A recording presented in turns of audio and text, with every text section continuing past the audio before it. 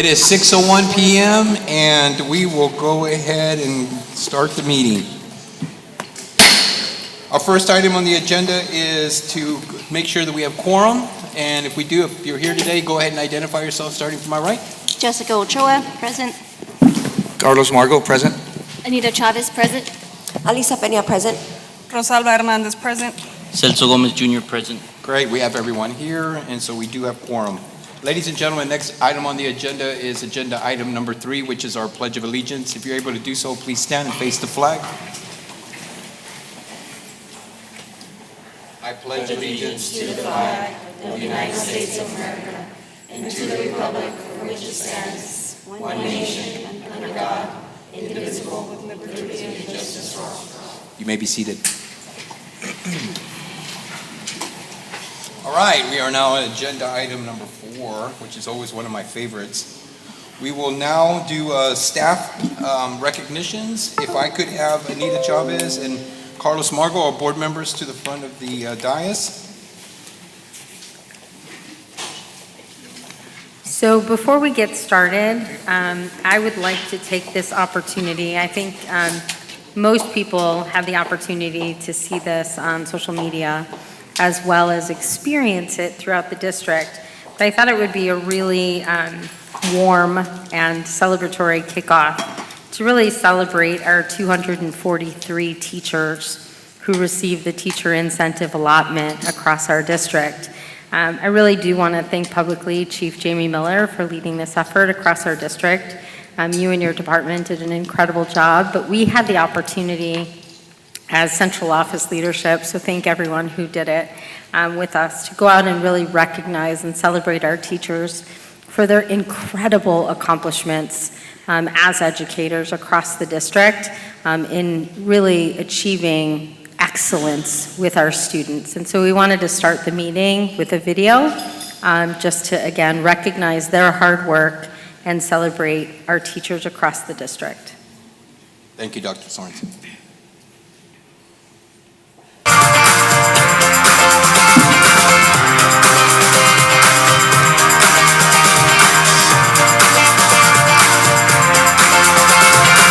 We are so excited today. We are visiting campuses to surprise our 243 teachers across La Joya ISD who have earned the honor of the teacher incentive allotment through their incredible hard work of growing our students academically across all grade levels. So we surprised our teachers in front of their students, and we gave them plaques and awards, and we waved pom-poms, but most importantly, we recognized their excellence in academics with their children and their students, where they are celebrating and cheering for them, showing them their appreciation and their love for all that they do every single day in the classroom. So the process is that we submit data in the fall for the previous year. So this is actually based on the 23-24 school year, and we submit our data in the fall, and DEA does vet our data, and it is so exciting because they get extra money.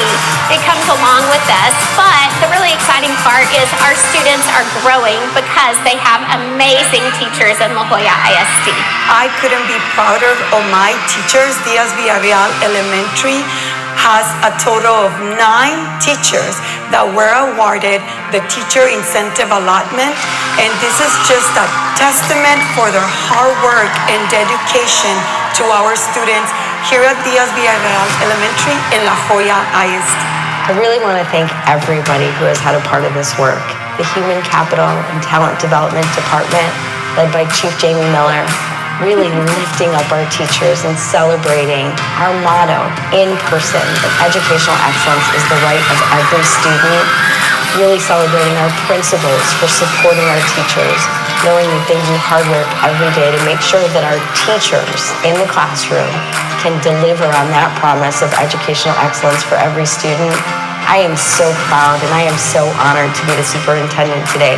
Days like today, when you get to celebrate great teachers for the work that they're doing with your brilliant students, these are my favorite days.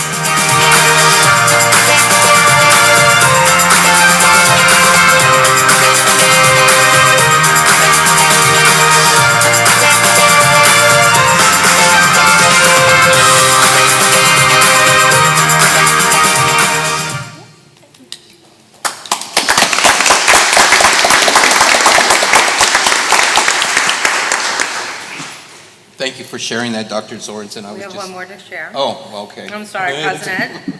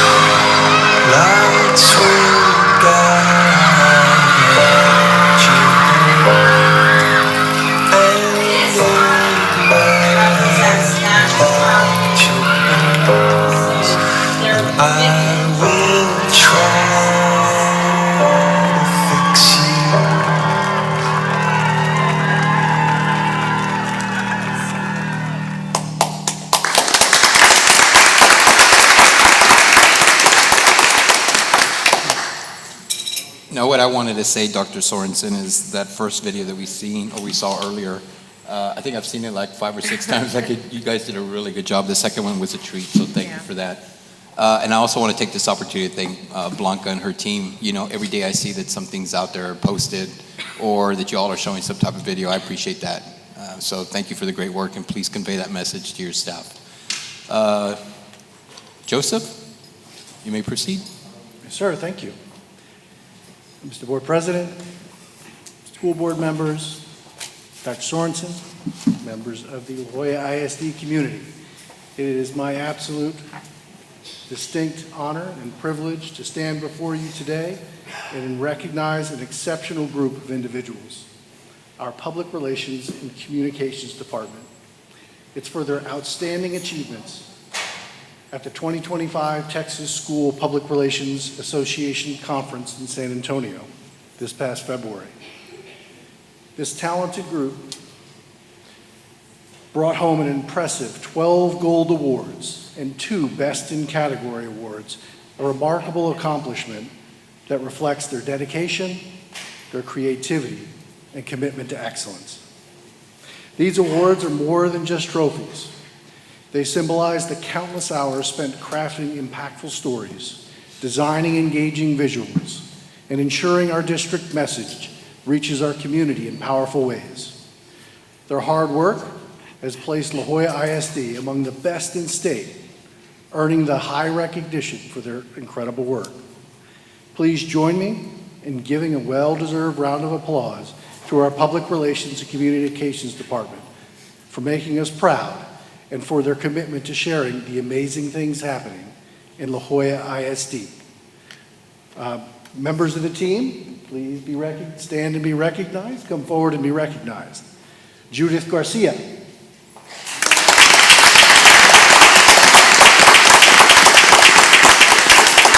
Eric Zuniga.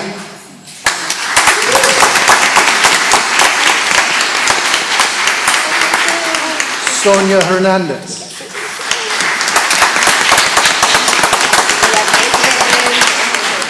Tony Salas.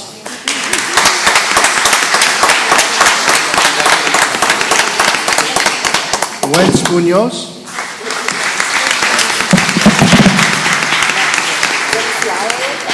Ashley Garza.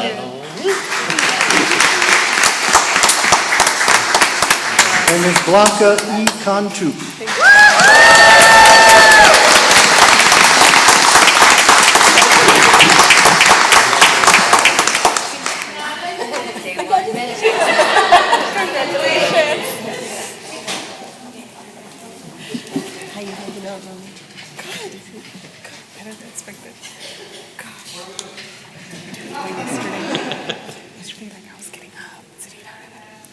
Who's taking pictures? Tony's over here.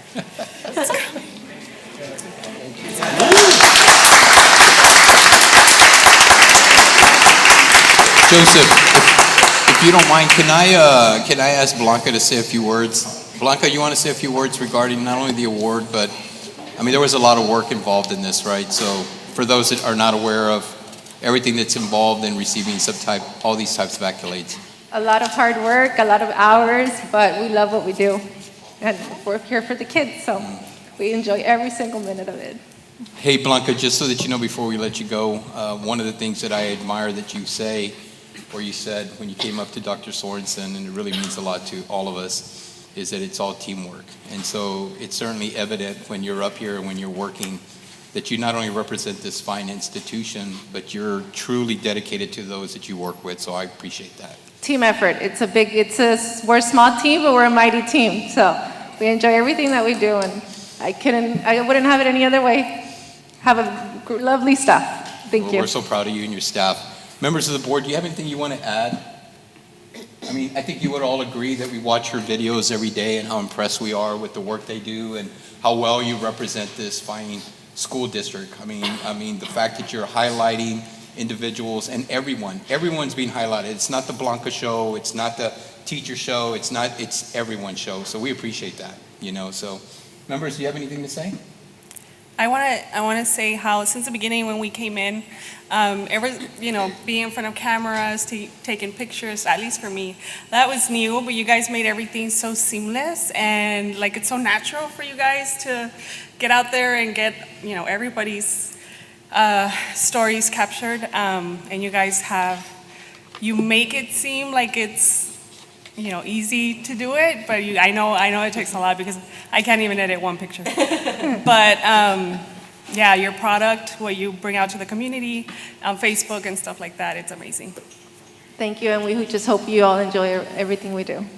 Thank you so and much. all the swag that we have. That's why we thought today we'd wear our La Jolla shirts, because everyone here wears some type of swag. We pay attention to a lot of appreciate detail. Members, do you have anything you'd like to add? I just want to say good job. Congratulations to all. I know that I'm a little camera shy, and you guys all have always been very helpful, making sure that those videos come out great. So thank you very much. Appreciate it. Thank you so much. Yeah, The whole and I'm team always- is here, so they'll be able to hear everything that you're saying. So it means a lot to us. So. Thank you. Well, we're still learning the different mascots. I'm learning, especially with my left hand. But thank you again, Blanca. Convey that message to your team. Thank you so much.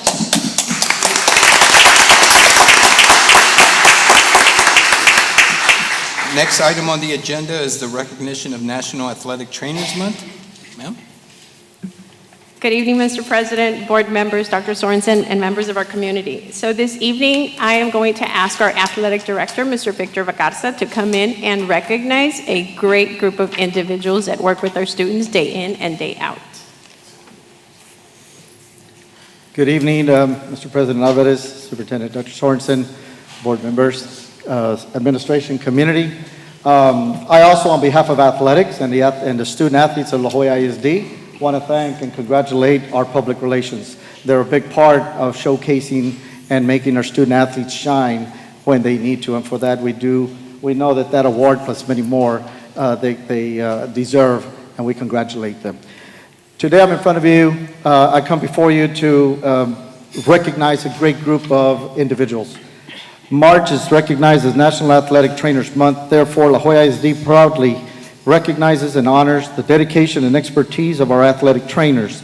These professionals play a vital role in ensuring athletes perform at their best by preventing injuries, promoting recovery, and maintaining optimal physical condition. Athletes, coaches, and fans alike understand the significant impact athletic trainers have on the safety and well-being of sports participants. La Jolla ISD extends a heartfelt big thank you to our athletic trainers for their commitment and invaluable contributions to our athletic programs. Their hours are crazy. I think they sleep 3 hours and they're awake the other 21. And they're with the athletes by 5:30, 6:30 in the morning.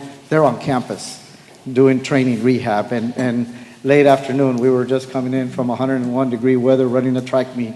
So we had them participating in regards to attending to the kids. So today from Palmview High School, on her first year of service, we have Jada Doc Scott.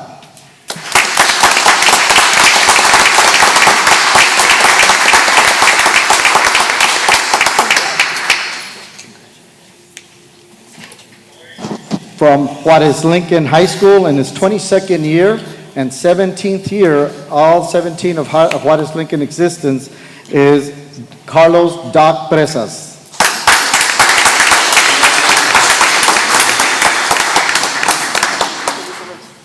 From La Jolla High School, on her 40th year of service in athletic training and 17th at La Jolla High School, is Maria Olga Doc Thompson.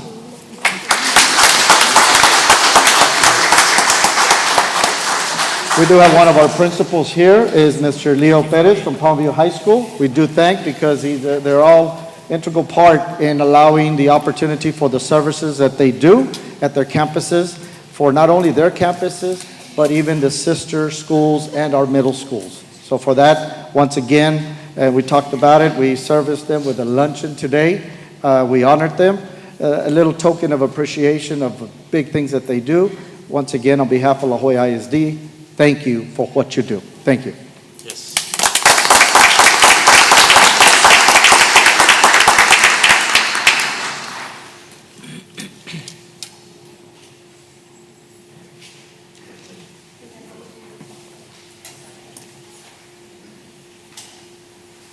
Thank you very much.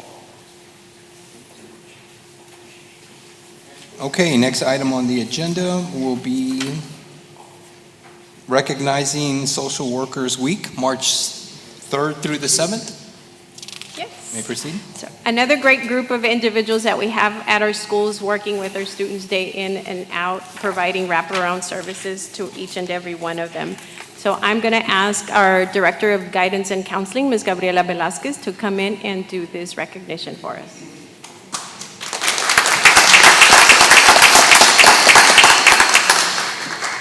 Good evening, Board Member Superintendent Dr. Sorensen and esteemed guests. This evening, I have the privilege of recognizing a group of professionals whose dedication, compassion, and unwavering commitment make a profound impact on our students' families, lives, which are our district licensed social workers. Our licensed social workers are the bridge between school and home, ensuring that students facing challenges, whether emotional, financial, or social, receive the support they need to succeed. They advocate and intervene, and they empower, whether it's connecting families to essential resources, supporting students through crisis, promoting mental health and well-being. Their work is invaluable. This month, we celebrate Social Work Month. We honor their dedication and the difference they make every single day.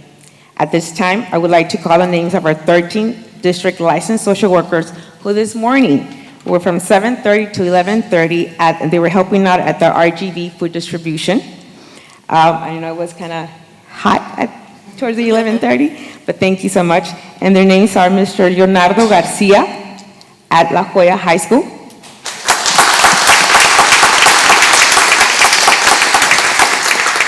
Xochitl Garcia, Juarez Lincoln High School, Jose Oscar Ramos, Palmview High School, Laura Aguilera, College and Career Center, Sonia Hernandez, Jimmy Carter Early High School. Not with us tonight, Ms. Jacqueline Flores from HSP in Thelma. Maria Alcazar, not with us this evening. Rogelio Salazar from Dr. Science Middle School. Anaisa Gonzalez and Richards Middle School. Priscilla Weber, Irene Garcia, and Beatriz Moreno from Hope Academy. And those two more names that they couldn't be here with us was Ms. Ina Flores from DTMS. Thank you for everything that you do. On behalf of our students, families, and district leadership, I want to extend my heartfelt gratitude to our social workers. Thank you.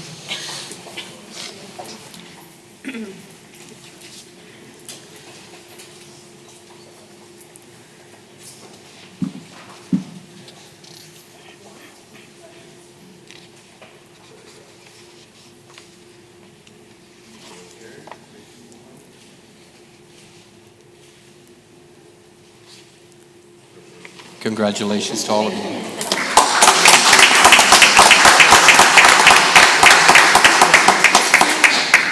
Thank you.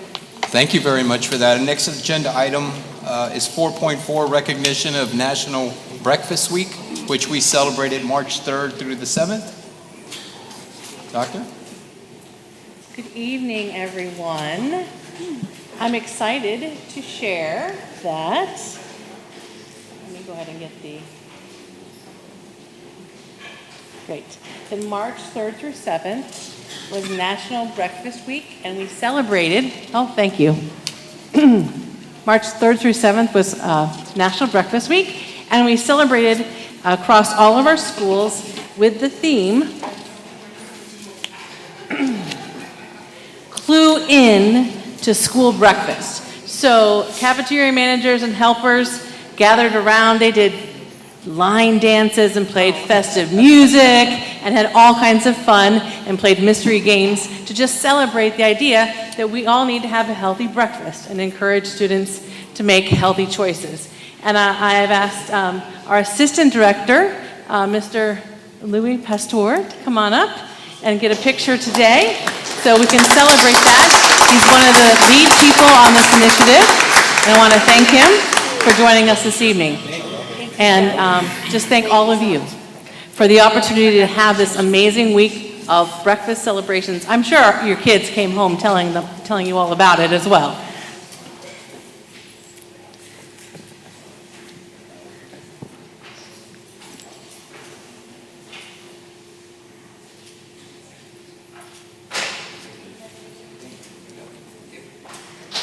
Stay close by. Dr. Geary, you mean we don't have the picture of Mr. Hernandez dressed up like a milk carton dancing around the cafeteria? We'll be sure to post that on the website. Yeah, because I think everybody needs to see Mr. Hernandez dancing around like a milk carton. I think we have to share that, sir. We definitely will. I will pass it to Blanca because it definitely is a celebration. Right? That's a great one. I think we're looking forward to it. Dr. Geary, I know you have the next agenda item, which is probably one of my favorites, and that is the recognition of National Maintenance Worker Appreciation Day, which was March 7th. You may proceed. Thank you. So the month of March is obviously a time when we really celebrate and hone in on all of the amazing things that are going on with our employees. And our March 7th was, if I could ask Mr. Cedillo to come on down with his entire team, please, to get a picture. Go ahead while I'm speaking. Come on down. Come on. So this humble group works night and day. They're on call on the weekends. When you and I are sleeping, quite frequently respond to all kinds of calls regarding maybe water pump or HVAC repair, things like that. And this group of ladies and gentlemen are very hardworking. On March 7th, we had a luncheon for them and gave them some small tokens of our appreciation and really celebrated them. But it's important for all of you to see the faces, come on around, the faces of the amazing people who serve our schools. They keep all of the equipment functioning every day. They do our groundskeeping. They ensure the AC is working. They repair the doors. They repair the floors. All of the things that we know our kids need to have a safe environment. These are a representation of some of the amazing workers that are out there doing this work across our district for everyone. And we definitely are so very thankful for each one of them. Thank you, guys.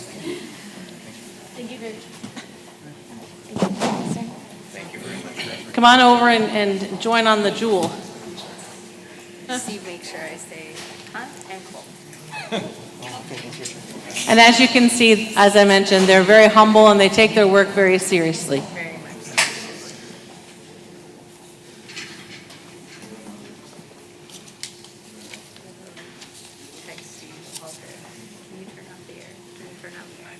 Mr. Cedillo got them some very new safety vests, as you can see as well, that are now one of the key points of their uniform, so that we can make sure we're watching for them. Go ahead. Thank you for everything.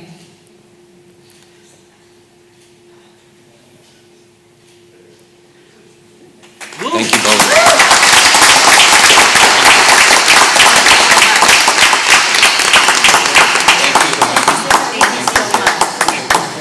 Thank you again. Good to see you again. You got my trees? I know you. Dr. Gear, before you call up the next group, I just wanted to say I appreciate the fact that we're recognizing these fine men and these men and women that make sure that our classrooms are ready for the week, you know, especially on Sunday when many of us take for granted our games. We have games that are, well, I mean, I think of all the things that they prepare for, that we have games, our campuses look nice, our students are safe. I mean, I really appreciate all the work, and you could tell that these gentlemen are not, and the ladies are not used to being in front of a camera, and they're shy, but we're very grateful for everything that they do. So thank you again for acknowledging them and for celebrating them. It's a pleasure to be able to do that. Dr. Geary, next item on the agenda is recognition of National Child and Adult Care Food Program. We celebrate this March 10th through the 14th. You may proceed. Thank you. So this is a campaign designed to bring awareness to the USDA's Child and Adult Care Food Program, and it's a campaign to fight hunger. The program promotes healthy choices, food to the table for adults in daycare and children in child care, and in after-school programs. And particularly, it focuses on our students who join in on the enrichment programs after school and ensures that they have some healthy choices for some supper. Perhaps they may have to ride the bus home afterwards, so this is a great program that really helps them. Normally, it would be celebrated next week, March 16th to 22nd, but we'll be on spring break. So we celebrated this week, and we highlighted it by having competitions there as well, and a theme as well after school for the supper program. And we are very grateful for the opportunity from the USDA to be able to do so. So, thank you. Thank you, Dr. Geary. So next item on the agenda, is that all recognitions for the evening? That concludes the recognitions. Great. Again, a round of applause to everybody that was recognized today.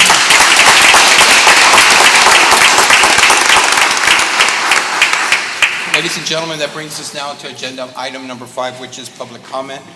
Do we have anyone who signed up? We do not have any public comments for tonight. Okay, since we have no one that has signed up for public comment, we're going to go ahead and move on. But before we get to the superintendent's updates and announcements, do I have any comments or do I have any motions before we proceed with any of the items that we're going to cover under agenda item 6? Yes, Mr. President, I move that we remove item 6.1 from the agenda, please. Do I have a second? I second. All in favor signify by saying aye. Aye. All opposed, motion carries. All right, Dr. Sorensen, agenda item number 6, superintendent's updates and announcements. Thank you, Board President Alvarez. I would like to bring forward Mirjette Crespo to come on up. I know that she will also be joined by Dr. Little and Ms. Miller. We had promised not only the board but the community that we would continue to provide budget process updates. It's okay, Ms. Crespo, it happens. That we would continue to provide budget process updates throughout the spring semester, committing ourselves, as always, to the district priorities of transparency and fiscal responsibility. And so I wanted to bring forth not just Ms. Crespo this evening, because part of the conversation that we'll have this evening is budget, but coupled with budget is also staffing and how we are doing on the staffing process. As we talk about budget, there is staffing that couples with it. So Dr. Little and Ms. Miller are a part of the presentation. So Ms. Crespo, if you'd like to get started, thank you very much. Thank you, Dr. Sorensen, Mr. Alvarez, board, members of the community.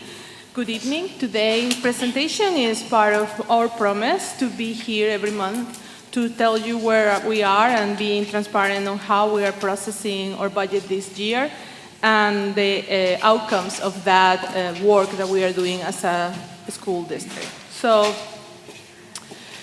right now, La Jolla Independent School District must reconcile critical realities with difficult choices. During this process, we have to we have committed to be very analytical and very conscious on how we are budgeting in the future and what we are doing, understanding that there are three big things that we had to be aware of. First of all, falling enrollment and declining average daily attendance rate. Second, the increasing cost of living that we all are experiencing right now. And finally, legislative decisions, because we are in a legislative year in the state. What do we know? What is happening around us and information that we can control right now? First of all, that we are failing enrollment and the declining average attendance and our increasing cost. Here is your average daily attendance. We have seen this presentation before. This is the reality we need to consider and take in account. We had lost around more than 5,000 students in 10 years, almost 8,000 students in 10 years, and we are projecting 900 reduction for next year. So as you see, this has been consistent. The biggest impact is a simple math. We receive revenue from our daily attendance rates, and our lower enrollment means lower revenue. On the increasing cost, one of the important things that we want all of us to be aware of is that we are looking at a raise across all the staff. So we had to consider what that impact on salary is for all districts within the budget, considering that 79% of the budget is payroll. Also, we need to contemplate the maintenance of operation costs, knowing that inflation has grown more than 36% over the last 10 years, and there is no proposed increase in maintenance and operation funding from legislation. What do we don't know? We don't know what our 89th legislative session will be coming for education in the state. The legislative session ends on June 2nd, and as a legislative year, we cannot budget with complete certainty until certain definitions and bills are finalized. There are around 1,400 bills being discussed at the state level. And some of the important ones, and this is just a sample, are these four that we are having here. We have the House Bill 2, that is the one that is defining our next per pupil allocation, plus other things, and is increasing the per pupil allocation from 6,160 to 6,380. Unfortunately, that's tied to a lot of conditions. We don't know what is going to be approved, as I say, but we have the question of how much of that per pupil allocation will need to be reallocated for teacher compensation. We have experience from 2019, when the last time this was done, which most of the funding was required to be allocated on teacher compensation, which limited the districts to make decisions on those fundings because we couldn't address any need except increasing the salary of our teachers and other employees. That decision, if it's done, will leave our per pupil allocation at the same rate that we have right now. Remember, as I mentioned before, we have over 30% increase on costs by inflation the last 10 years. The other proposal from the Senate Bill 4 is a homestay exemption that is going to increase from $100,000 to $150,000 or $140,000 pending approval, passing the House. And one of the things that is, if you remember when we passed the tax rate in September, we only receive income from the houses that are above the homestay exemption. Therefore, we will lose that portion of the tax rate. The other two are more positive, no a lot, but they are more positive. One is a revised allotment weight for the state compensatory education on the House Bill 2 also, and an adjustment in the school safety allotment to increase the per pupil allocation that we are already getting, to make it match the unfunded mandates that we have under school safety allotment, and that is under Senate Bill 260. If you remember this chart, this was my sample for you to see the status based on efficiencies and other cost savings that we have been achieving so far during the year. So we have on the losses, is what we have, what we know. $10.4 million of deficit that we have, the loss of the revenue due to enrollment, that's our estimation based on the number of students that we are projecting to lose. Then the disaster pennies that we approved in September that are going away for next year. That is around $5 million for a total of 21.4. And then you see our savings based on efficiencies, school actions, and other personal processes improvements such as attrition, correction of position control, and other items. So I have for you today an estimated revenue, super estimated with quote unquote. I have some assumptions that we have to do in order to do this estimated revenue. This was done in order to help my colleagues to have a frame of reference on how we're going to budget to, and is based on the same precepts that we have this year. So there is no an increase on our per pupil allocation. We are doing this on 6160. The tax collection rate is done at the same level, and we have also other estimations such as the refined ADA, and the TRS and other federal revenue are established at the same level than this year. So as I say, it has a lot of ifs on it, but is projected at minus $8 million. So that is the frame of reference where we have been working on. Knowing that, I want to remind you where we are in the timeline. Between March and April, that means that we are working already with the department budgets. We are discussing what we are doing and how we are working, and we are preparing the campus's budget so they can align those with their need assessment and establish what their priorities are, and can budget with more information than just their funding. So the other part that I want you to remember, based on our last agreement, this is the 4 priorities that we had commit to go on for this year budgeting process, and is invest in student achievement, balance the budget, increase the salary and do a pay raise, and high quality instructional materials. These are our 4 non-negotiables. This is what is front for all of us when we are starting budgeting. And every analysis we do for academic return of investment is centered on those premises, on those 4 priorities. Reviewing academic return of investment, these are the kind of questions and expectations that we have for each one of us to be able to budget properly for the district. So what objectives we want to achieve with our programs, what are we using to measure that we are achieving those objectives, and what is the definition for us to report to each other that these activities are successful. Centering then our 4 priorities and knowing that we want to measure what we are achieving, that's how we are budgeting. We are in the need to design and implement programs that monitor initiatives that improve results in our schools. So we are learning. This is a continuous improvement process, and we are learning as a district to look at our programs and our initiatives with a clear understanding what works for our students and the community, for which students it works, and at what cost. And knowing these things help us to decide, and is helping us to make decisions, and we are going to continue refining the process to see what we are keeping for next year, what we are adjusting so we can do more effective work, what we are reducing because it's only work for a particular number of students or a particular set of schools, what we are going to expand because it's efficient, it's showing impact, or what we are going to eliminate because it's not giving us the results that we want for the amount of funding that we are investing on.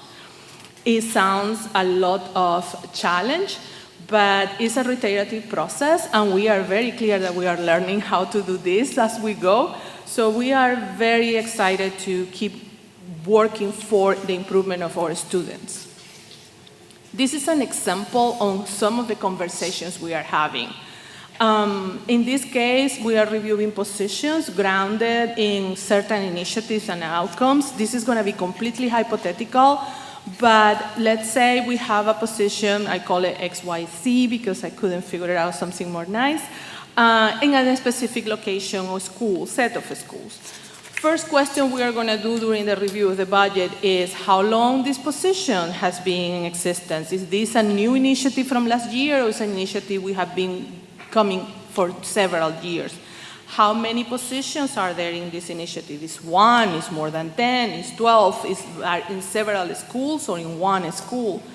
And then we review the outcomes expected for the position. So is this impacting an academic result? Is impacting attendance? Is impacting the performance of a set of teachers? Is impacting the performance of a set of schools? Those outcomes have to be established and clear for all of us, and then we do the academic return of investment questions. Has this impacted students, and which students? Is the work impacting district services? At what level? Has the work for this position provided expected results? If so, are they what we're looking for to call that initiative successful?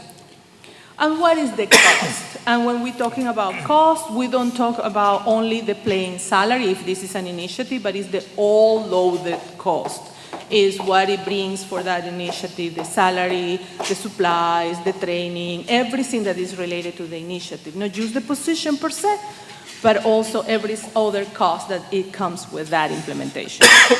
Knowing that, we will make decisions on, are we continuing with that project? Are we not continuing with that project? Are we continuing in a specific schools? Let's say the best performance or the lowest performance, so the elementary schools or the high schools. It depends on what we are doing. We will make those decisions, and then we will proceed on analyzing what will be the impact and making the decision on adjusting our budgets. Yes, it's a lot of work. But that's the exciting part. We started early enough that we can take now the luxury, because I take it as a luxury, of being able to be conscious and do our decisions working on our students, centered on our students and our staff. So how this looks like in our processes and where we are. Right now, at departmental level, we are finalizing budget hearings, where we are ensuring the high impact and high alignment on all budgeted activities based on board goals, district priorities, description of expenses, measure of success, and those 4 priorities that we established for budgeting. After that, we will implement academic return of investment for the planning of next year, because this is a continuous process. So now we are going to establish what we want to see at the end of the year next year, so we can evaluate again what we are using the funds on and reiterate the process again to keep and let go whatever works for us or not work for us. For the campuses, the process at this point is on comprehensive need assessment. They are working on that. They are determining the root cause of the gaps in student performance. This is done an individual based on each campus by a team, the leadership team of the principal, where they are going to define their strategic drivers and how those align with the district priorities and the district goals. Coming at the end of March, they will receive the budget and staff allocation. So now they will have 3 points to make decisions. They will be able to have clear expectations of the use of funds. They will have their budget. They will have their staffing ratios, and they will have their needs and drivers. With that, they will be able to budget and do their plan for next year. Next, I want to we will deep a little bit of knowledge on what we are doing on staffing. So for that, I have Ms. Miller here to help me. Good evening. The Human Capital and Talent Development Department is knee-deep in the staffing process, and we are ensuring that we have high-quality instruction and programs in our schools. But also, we know that we have to be fiscally sound and that we are going to have to right-size. We are ensuring that we are following TASB guidelines, and I know that you've seen this slide before, but we want to go back over this slide. So in 2011, TASB pointed out that there was about $5.5 million of positions that could be absorbed through attrition. So that would mean that somebody would vacate the position and the position would be closed. In 2019, there was $20 million in positions that we were overstaffed. So we were overstaffed by more than 300 positions. In 2023, it was 206 positions, which was $24.3 million. And in 2024, there were over 540 positions that were overstaffed, and many of those were in ESSER, which y'all know we do not have anymore and had to be brought back. So we were facing a $55.3 million deficit, but we did end up closing the budget gap by closing some positions. So do know that we are following TASB guidelines to ensure that we are equitable and doing what's right for our kids. So in the staffing process, you will see that we do have ratios. So it's how many teachers and per student. I do want to make sure that that misconception is cleared up. We will not be placing, tons of students in a classroom to ensure that we are fiscally responsible. No, we will be fiscally responsible, like I said, giving high quality instruction using ratios within the classroom. So we are looking at TASB guidelines, we are looking at return of investment, but also the funding source as we are making data-driven staffing decisions for our district.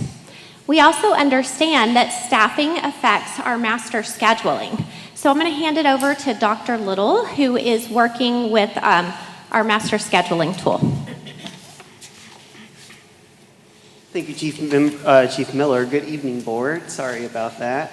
As Chief Miller just said, staffing is implicated in what we actually end up offering in terms of courses and programs and pathways to students. This slide just tries to lay out conceptually that process, beginning with hearing from our students directly. We actually did this right after winter break when we returned in January, having conversations with students about what courses they needed to take to either meet graduation requirements or finish their program or pathway, and also what courses they wanted to take as part of their middle school or high school experience. Once we have those course selections, that then goes into this sort of iterative cycle between staffing allocations and master schedule creation.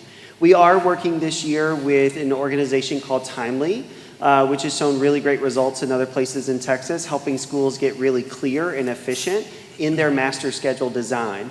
And what we mean when we say master schedule design really is, here are all the classes that we have to offer. Here's the best way to structure that puzzle to get as many students into the courses that they need and want as possible and be as efficient as we can be with staffing. That also determines literally, if you're a high school student, you remember what class you go to first period, second period, third period, sort of those things. So that's that middle cycle. And then when that's really good and set, students get their actual schedules. This is also an exciting time. Like, I remember as a student, many high school students, certainly 8th graders going to high school next year for the first time. They can't wait to get that high school schedule. Like, what is freshman year gonna look like for me, and what is that gonna feel like? So that's the end result from the student's perspective of this process. And we are working to do that much earlier this year than we did last year, so students potentially are leaving school this school year with that schedule in hand for August, which will be really exciting for folks over the summer. The other thing we just wanted to give a brief update on is a key service and support that we provide to our students who need it in special education, and what that looks like in relation to staffing and to master schedule design.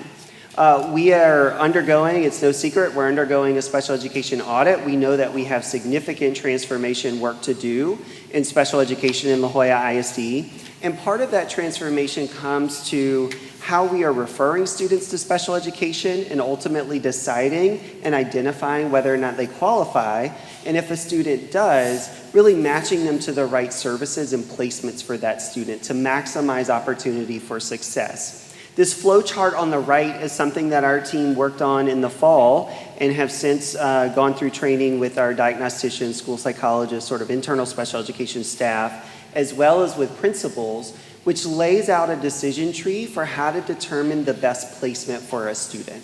Because what we want in La Jolla ISD and what students deserve is to be in what's called the most inclusive setting possible. That means a student in special education is in a regular general education classroom with their peers, learning on grade level content, achieving that excellence and meeting those milestones that we've set out in Lone Star governance. The 4 things on the left of the slide really describe that continuum, as you may hear us refer to it as, with inclusion being the thing, again, we want most of the students in, receiving in-class support. So I'm in Algebra 1 with everybody else in Algebra 1, and yes, I may have a special education staff member coming in to support me or other students in the classroom, but I'm still receiving that on-grade level sort of core content as we want all of our students to receive. There are also some cases where students may get pulled out for targeted services that should be limited, certainly in scope. And then for a few of our students, they do need a specialized setting. And that's a specialized setting in the school building. Life skills classrooms are something that's traditionally been referred to as self-contained units, or SCU, in La Jolla ISD. We are intentionally making name changes here to get to a more student-centered, holistic sort of description and approach in our services. And life skills are spaces for students that really need a smaller, more targeted environment to be able to thrive and succeed. They may have challenges in larger spaces. They may need more intensive support from the teacher and educator. So these are spaces designed to help them really thrive. And then an even more specialized environment is a behavior intervention classroom. Those historically in La Jolla have been called SAU classrooms. These are spaces for students who have even more extreme behavior or emotional challenges. Many of these students are on the far side of the autism spectrum and need even more specialized support and care. And to give you a sense of how specialized this is, there's only 6 of those in the entire district right now. So these are really special places for students who really need that the most. This is going to be a change in feeling and nomenclature and description for our community, for our educators, for our students, all again moving in service of how do we best support students to get the outcomes that they deserve. But it does change some entrenched practices and belief systems that we have seen and that we've held in the district. So this is an ongoing conversation that will certainly exist throughout the rest of this school year, but also moving into next school year as we engage with educators, principals, and families, as well as our SPED staff, to ensure students are in the right places moving forward. Thank you, Ms. Miller. So where we are right now, what are our next steps? First of all, monitor the legislative bills. There is a lot, as I said before, that we have to decide, and we need to pay attention to it. Next is continue ARI conversations with district staff. As I said before, this is a reiterative learning process. We are getting there with our vocabulary and what we need to do for decision making. We have started a preliminary budget review for central office divisions with cabinet. We will continue staffing in alignment with ASBE recommendations and master scheduling constraints and outputs. We will adopt a board fund balance policy to ensure healthy fund balance. Thank you for that. It's tonight's agenda. Release of campus budgets and staffing in late March. Engage with you and other stakeholders to increase transparency. And we expect the budget adoption by June 2025, and our tax rate adoption is scheduled in September 2025. So that is our next process. So any questions for me? Members of the board, do you have any questions for those at the presentation? I do not have a question, but I do have just a comment. Thank you for you and your team and Dr. Sorensen for keeping pay raises as a priority for our staff. Obviously, as we see the economy and inflation and how it's affecting everybody in our day-to-day, I think this is just important for us to keep in mind for all of our staff, so thank you. Well said. Anybody else like to make any comments? Okay, seeing we have none, thank you very much, Bridget. That was a great presentation to you, Ms. Miller and Mr. Little. Dr. Little, I see you have the next agenda item as well, and that is our early college high school grade point average update. That's right. Yes, okay. sir. You may proceed. Yeah, very happy to come back and close the loop here. When we made the final recommendation and the board granted approval for the early college high school consolidation, we acknowledged that there were a few things that we still had to work on. And tonight's conversation is really the biggest one from a student's perspective. So we're going to close the loop on that discussion. And it relates to how we will determine class rank for students moving forward. As you recall, you certainly heard from public testimony in the late fall and early winter this year that this was a top concern for students, families, and even educators. How is this consolidation going to impact my class ranking? How will it impact my ability to earn valedictorian or salutatorian and honors? Because we know those are pretty large stakes for students, certainly those seeking competitive higher education opportunities. So I'm really happy that we've been able to navigate through this as a team to figure out a path that really holds students harmless through this transition. And what that specifically means is if I'm a student right now who thought I was going to be ranked against my 200-ish peers at my high school, that's not going to change. That is still the group of students that I am technically competing against from a class rank perspective. That's still the group of students out of which the valedictorian and salutatorian honors will be determined by whatever campus they are currently enrolled in. So just to walk through this explicitly, it's most obvious for Jimmy Carter students, because that is the school obviously that we're consolidating everything into. But if I'm right now a junior at Jimmy Carter Early College High School, I've spent 3 years with this group of students, and that's who I've been thinking about. And I'm ranked number 2, and I want to keep that. That's not going to change, of course, if you continue to earn the second place ranking, but that group of students is not going to change for you. So those will still be just based on Jimmy Carter students. The same thing for Thelma Salinas Early College High School students. They will continue to be officially enrolled in Thelma Salinas Early College High School, if they're a current 10th or 11th grader, throughout the rest of their high school career. And therefore their class rank and Val and Sal honors will just be based on that population of students. La Jolla Early College High School are officially La Jolla High School students already. They will stay that way. And then for our students coming from HSP into Jimmy Carter, they will still officially be part of whatever comprehensive high school that they are officially enrolled in right now. So again, big headline here. We're not changing the system, the rules, or the game that students are playing from a class rank perspective. We're going to honor that for the next 2 classes. So that's the class of 26 and the class of 27. Part of this is due to some structures in our current policy. So that's EIC local, and that relates to how courses get weighted. You actually earn your rank in class based on how well you do in the course. So what was your grade, and how much does that course weight towards the ranking calculation? Current policy weights courses differently. So advanced placement or AP courses actually get the highest weighting right now. You get 9 times the points for an AP class. Unlike dual credit courses, which right now get 8 times the point. So there's an advantage from a class rank perspective of taking AP over dual credit. We obviously just made a really big deal that we want students to earn associate degrees. You do that through the dual credit pathway, and that is what the early college high school is about. So we will be coming back to the board at a later date this spring to actually make some amendments to this policy to equalize those weightings with your approval. But this actually would have been a disadvantage in the consolidation if we just put all the students together. If I've been attending HSP, which prioritizes AP classes over dual credit, I immediately then have a ranking advantage over La Jolla Early College, Thelma Salinas Early College, and Jimmy Carter Early College. The other key factor here is current policy requires that you've been continuously enrolled in the same high school for the previous 2 years to your graduation to be eligible to earn the valedictorian or salutatorian honors. If we just put everybody together at Jimmy Carter, this would have meant that only Jimmy Carter students could actually earn this honor. That obviously isn't the fairest treatment in recognizing the hard work that our students have done. So those 2 things coupled together is why we're pursuing this hold harmless path.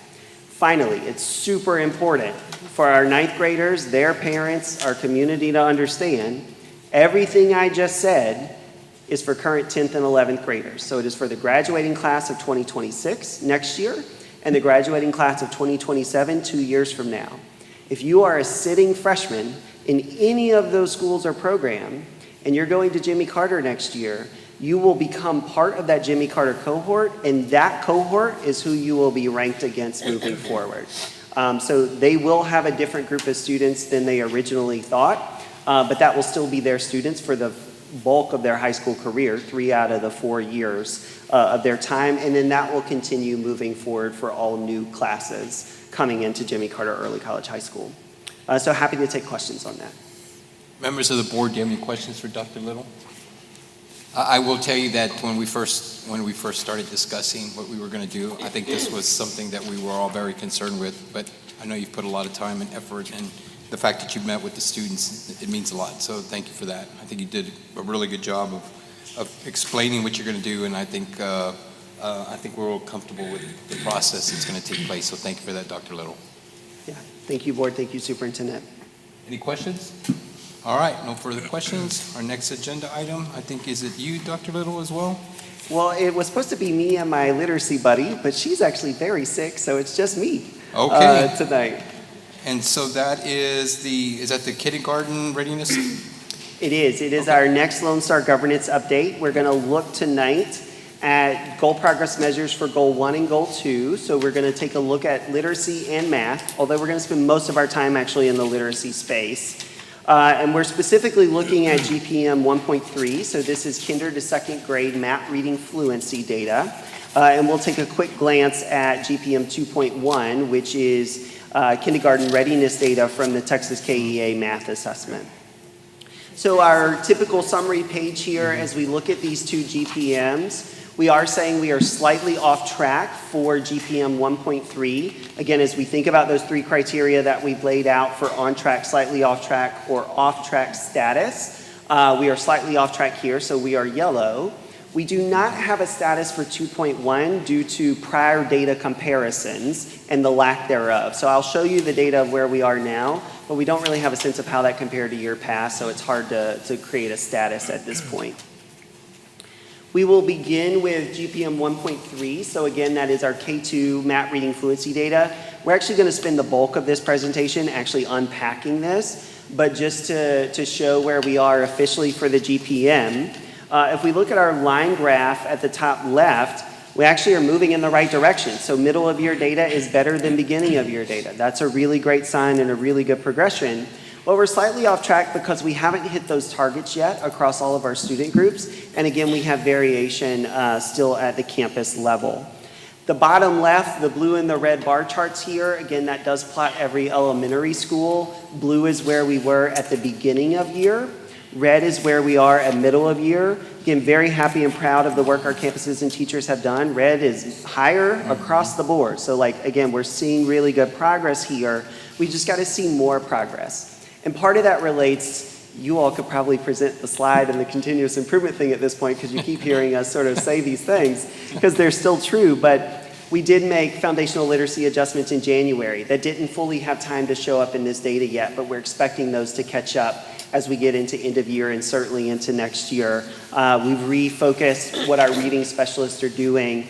What I wasn't able to say was happening last time we gave an LSG update on literacy, but we foreshadowed it, but it's actually underway now, is that professional learning on research-based instructional strategies. We've laid out, hopefully very clearly to you and the community, that we made an initial big focus on high-quality instructional materials in math and science this year, knowing that literacy is to come.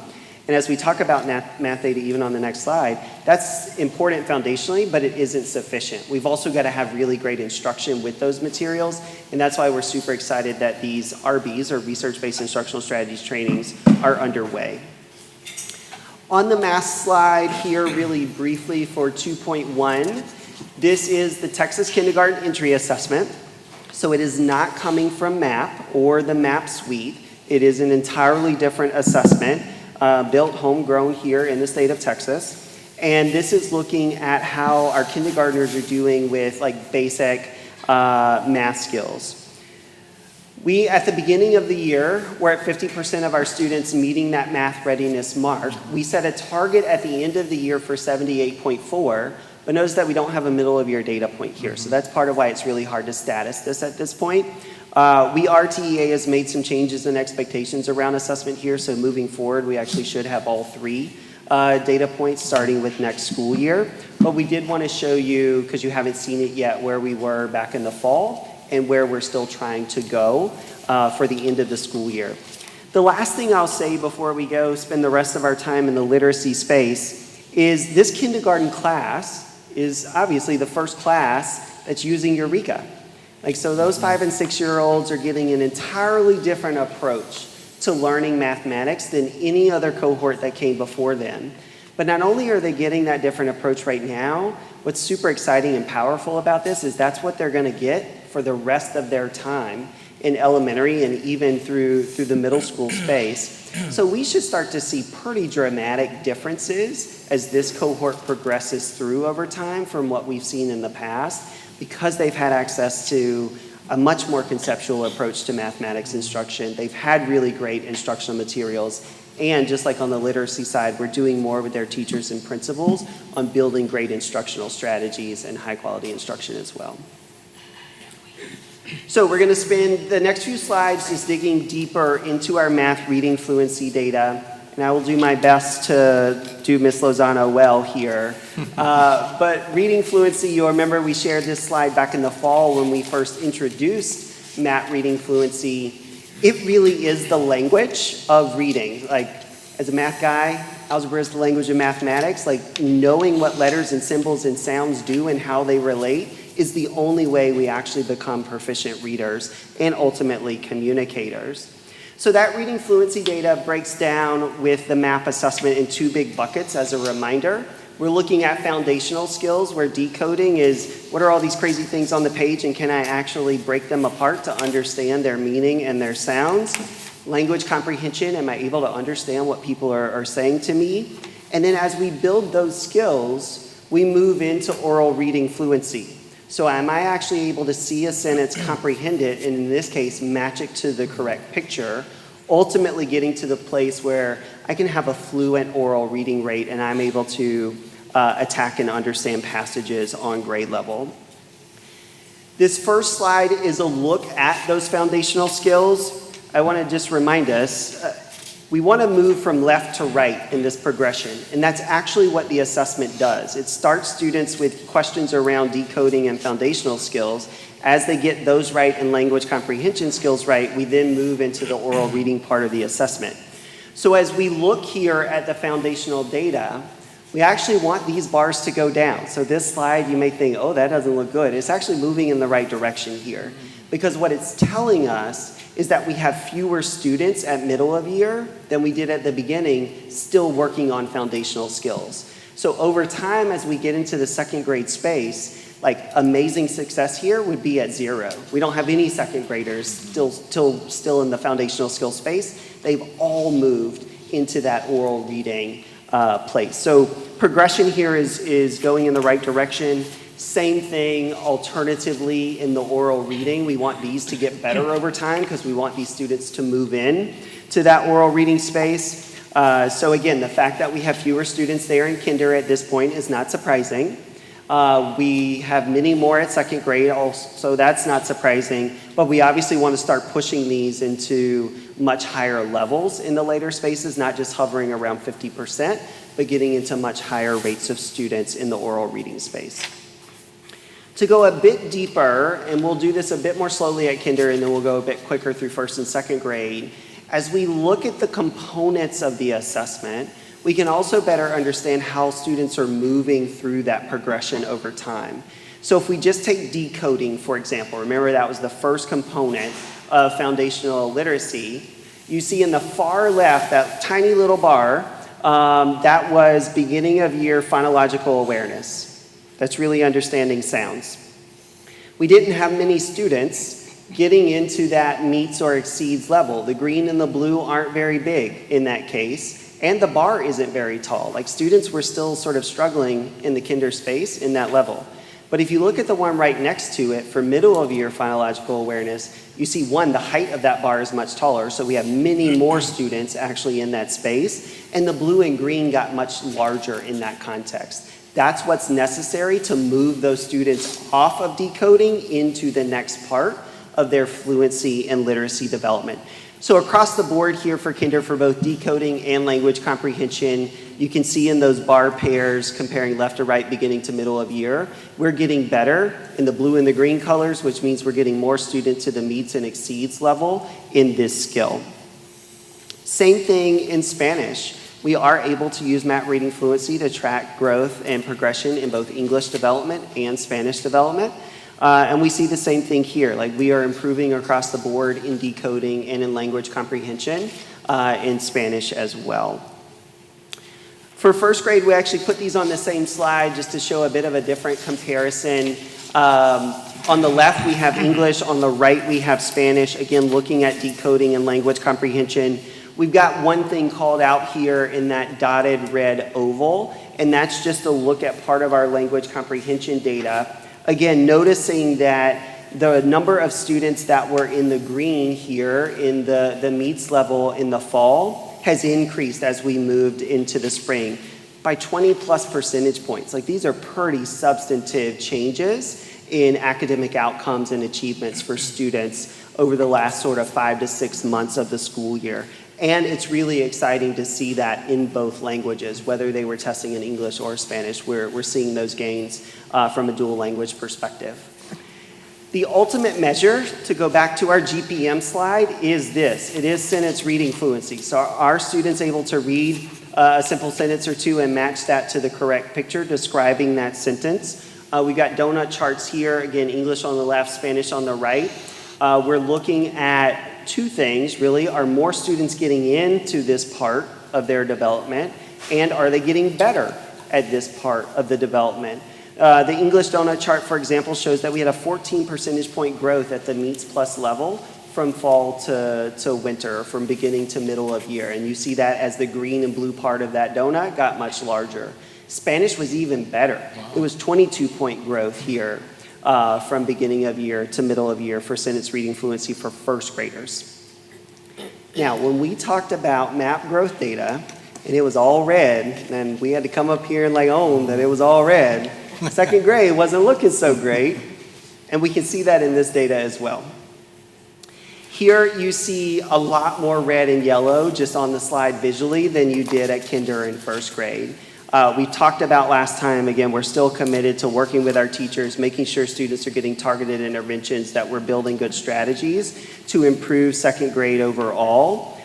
We see some growth, but we don't see enough growth. And on the Spanish side in decoding, if you look at those far two left bars, you see that red increased pretty significantly. There is a nuance to this data that makes it a little complicated. Because students are moving into different buckets over time, the number of students in any bucket at a given time changes. And so that makes it a little hard to compare, but you still don't want to see what we see in decoding here for Spanish, where we've gone from yellow and green to now most all of those students who are still there are red.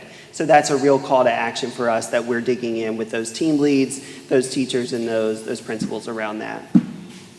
For sentence reading fluency in second grade, again, progression here is still really good. We're getting double-digit growth from beginning to middle of year in both English and in Spanish. So we see much more green than we did at the beginning of the year in English.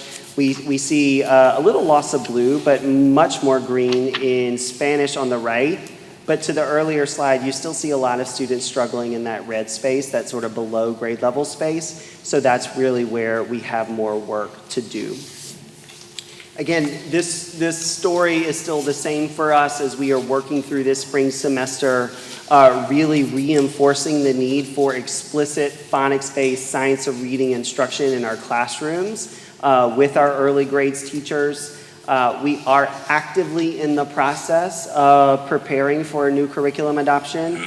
We've done some showcases of those options already. We have more planned for after spring break for both teachers and families to come see Bluebonnet, Amplify, English, Spanish, give us that feedback, because we'll be coming back to you in April, actually, with that recommendation and seeking approval for that adoption. And then we've mentioned multiple times the reading specialist revamp, really focusing on a cohort or a caseload of students, providing additional science of reading-based approaches to them. And then, as I mentioned earlier, we've actually begun that research-based instructional strategies training with our K2 team lead, so that's a teacher leader from each school in those grade levels, our principals, and some central staff support as well. And then we will be launching later this spring into the summer that training on letters, which is another really good explicit phonics foundational literacy-based approach for our teachers. And that concludes our update tonight. There's a lot of slides in the appendix, again, not to present, but for you and the community to see transparently, both as a reminder of what's happening with MAP reading fluency, as well as some more description of it. Anyone have any questions, Dr. Sorensen? Dr. Little, can you go back to the second grade slide? Thank you. So this is an example of the kind of catch-up that we have to play when we're not laying strong foundations pre-K, kinder, and first. And so and we are fully committed to doing that work and continuing to support our educators, our principals, our families to make that shift so that kids catch up. But one of the things that I talk about consistently is that if we get it right in pre-K to second, then third through fifth, we're not intervening our way to grade level instruction.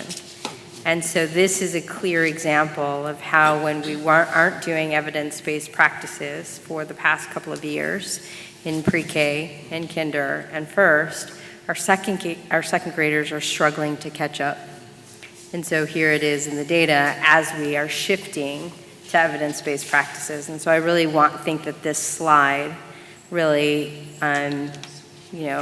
shines a spotlight on our why.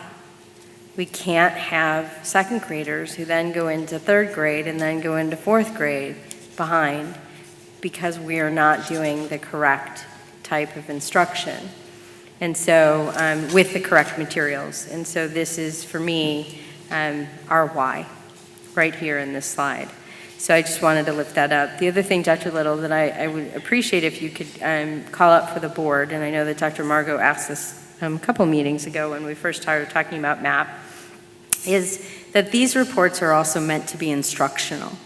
And so what do the teachers have access to in order to really help our educators? Because it's one thing to educate the board and educate the public, but one of the great pieces of MAP is that it is really an instructional tool. And so what kind of data is available to our teachers and to our principals and those doing the boots on the ground instruction so that they can really have an impact with students as they look to move the needle on, say, those second graders that are here? Yeah, I'm actually going to go to one of the appendix slides to help with that, Superintendent.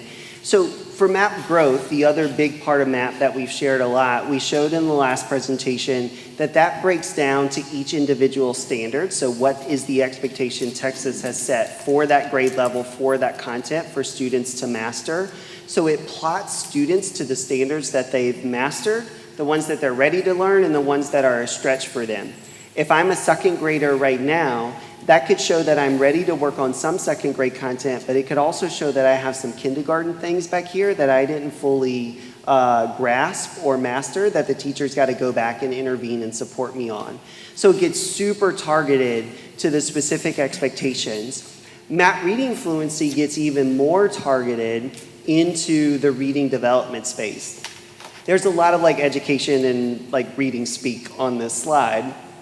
But let's look at number 3 down the page on the left. So blending, and my eyes are terrible, blending and segmenting. You do this all the time, and you don't even know you're doing it, which is how do you take multiple sounds in a word and put them together to actually say the word? You aren't thinking about each part. You might remember syllables when you were in the past. You may even have had a teacher have you put your hand under your chin to feel the syllables. We don't do that so much anymore. But that's a way to think about it. You're not thinking, I just said the word thinking, I'm not processing all of the sounds of that word as I'm going through it because I'm now a fluent speaker and reader. As we're working with young children, particularly kinder, first, and second grades who are building these skills, they're actually having to put a lot of effort into thinking and how am I putting those together. What does a TH sound even sound like? What does a CK sound like? How do we think about these blends, or graphemes isn't a fancy word that we'll use to describe those? There's actually very mechanical things that teachers are getting data on from this assessment to say, you've got CK, but you don't have TH, or you don't have SH, or you don't have the G sound, and how it can show up differently in different words. And so as they're pulling small groups, I was in a classroom a few weeks ago and actually saw a teacher doing this really well, and we were all very excited. But she was working with the small groups on blends, so that was 2 or 3 letters together to make one sound, and playing a little game with students. But this data helps her know which students should be in that group and which sounds she needs to be working on with them to progress to the next part. Thank you, Dr. Little. I just wanted both the board, parents, public to know that we are also, as we are growing and developing our educators, to continue to grow in the science of teaching reading, that we are also arming them with the data that they need in order to provide immediate intervention, support, differentiation as students need it, because not only do the MAP reports come for your class, but they also come individual. And so you can look at individual students, or you can look at your class and say, well, what are the trends in my class? You know, so that as I think about small groups, but then you also get it for individual children. So we want everyone to know that, you know, we are working on our teachers, not working with them on reading the reports and knowing the reports, but then translating that into shifts in instructional practices so that we're meeting the needs of individual kids and groups of kids. Thank you for that, Dr. Sorensen. Dr. Little, what is the feedback you're receiving from the instructors, considering that we're improving? Yeah, I think what's been amazing the entire time as we think about HQIM implementation overall, but even the literacy changes that we made in the spring, is teachers are working to do that work. Again, this classroom that I just referenced, part of the curricular material she was using in that small group was for this adjustment that we made. So 4 months ago, she wouldn't have been using those materials most likely, but now she was, and those students were making really great progress as a result. So I think we have folks who understand, to the superintendent's earlier part, like if we're not getting it right now, yeah, that matters for my colleagues down the hall, but it really matters for this student and the rest of their life. So I think we've got like general commitment to that approach and willingness to engage in the learning. And so people who coming through the RB's training, the folks who come later through the letters training, it's gonna be a bit of a life-changing experience for them because they're now gonna have tools in their toolbox. They're gonna have language to describe their work that they've never had before. Well, that was a really good report. Members of the board, do you have any questions for Dr. Little? I'd just like to say thank you. The MAP assessment is very clearly broken down for the parents, where it tells us what grade level our student or child's at, but what resources are there for parents? We're talking about resources for teachers, but what about for parents? Yes, one of the biggest things with MAP is a direct family report. So when your child takes the MAP assessment, what we've asked and encouraged, and even a few weeks ago when students did their sort of spring open house, the learning summits, is to make sure that you're providing those family reports and talking to families about that. We know that we've got room to grow there, right? That's not happening consistently, sort of family by family, school by school, and that's a practice we need to get better at. But that helps you as a parent really see where your child is right now compared to where they should be based on grade level norms. And then the other thing we launched this year, and the team back there really does all of this work, is those parent curriculum communicators. So every 6 weeks, we're putting out, here's what's happening in 4th grade science over the next 6 weeks. Here are some tips and suggestions that you can use at home to help your student with those skills. So knowing where your child is on the family report, using those curricular resources together, is meant to be a resource for families. Appreciate it. Board Member Ochoa, that was a great question. Good question. Anyone else? Dr. Little, thank you for your presentation. Thank you. I want credit from Annette that I used the word thinking, which has multiple blends in there. TH, NG, NK, like all kinds of stuff. Thank you very much, and I hope Ms. Lozano gets better. Yes, thank you. Our next presenter is, and our next agenda item is number 8, our TEA Conservators Report. Dr. Good evening. Barrera. Good evening, everybody. I won't take much of your time this evening. Just to let you know, to update you, I have turned in the very first report of this whole process. I'll be turning in monthly reports, but at the beginning we wait 3 months just to get a good feel for what's happening. And so that should be approved and ready for me to share with you at the next board meeting. So I will do that, go through where we are. We will need to still write some goal progress measures for each of the exit criteria goals. And I met with the superintendent this afternoon, and we're thinking about beginning with the governance goal progress measures. Those are the most important, right? Because that's how you govern the school district. And so we'll be I will be sharing the GPCs with you based on the information that I have, which is the initial report from TEA regarding the reason that we have a conservator, right? There was a special investigation and all of that. So a lot of the things that we're going to put in our GPCs are going to be directly related to behavior from the previous board. Because remember, the whole goal for all of this is to develop sustainable systems so that when all of you are gone and the elected board members take your seats, that they're continuing to follow everything that you've put in place. So this, just to let you know, when you read all of these, I don't want you to think, oh my gosh, we don't do that, we don't have that problem. Well, that was the case before, and the information that we have, that we write these goal progress measures from and the exit criteria is based on the initial letter for the appointment and for the assignment. So we'll bring that forth the next meeting to show you what the report looks like. So we said governance in probably April. We will set those in April, and then we will do business and finance in May and special ed in June. We could flip those around if needed, but we are waiting for the audit to come back and also the special ed audit. So we're going to base everything that we're doing based on all the things that are found that are needing improvement, right? And then again, aligning to that letter. So at the next meeting, I'll be sharing the new report, and then our regular cadence will be, I'll just share at the second board meeting, share the report with you, and then it'll be posted on the district website for anybody to view. Any questions, anyone? Dr. Barrera, I have a question. So yes, sir. Those findings that you're going, that obviously are going to surface, are those going to be discussed in an open meeting?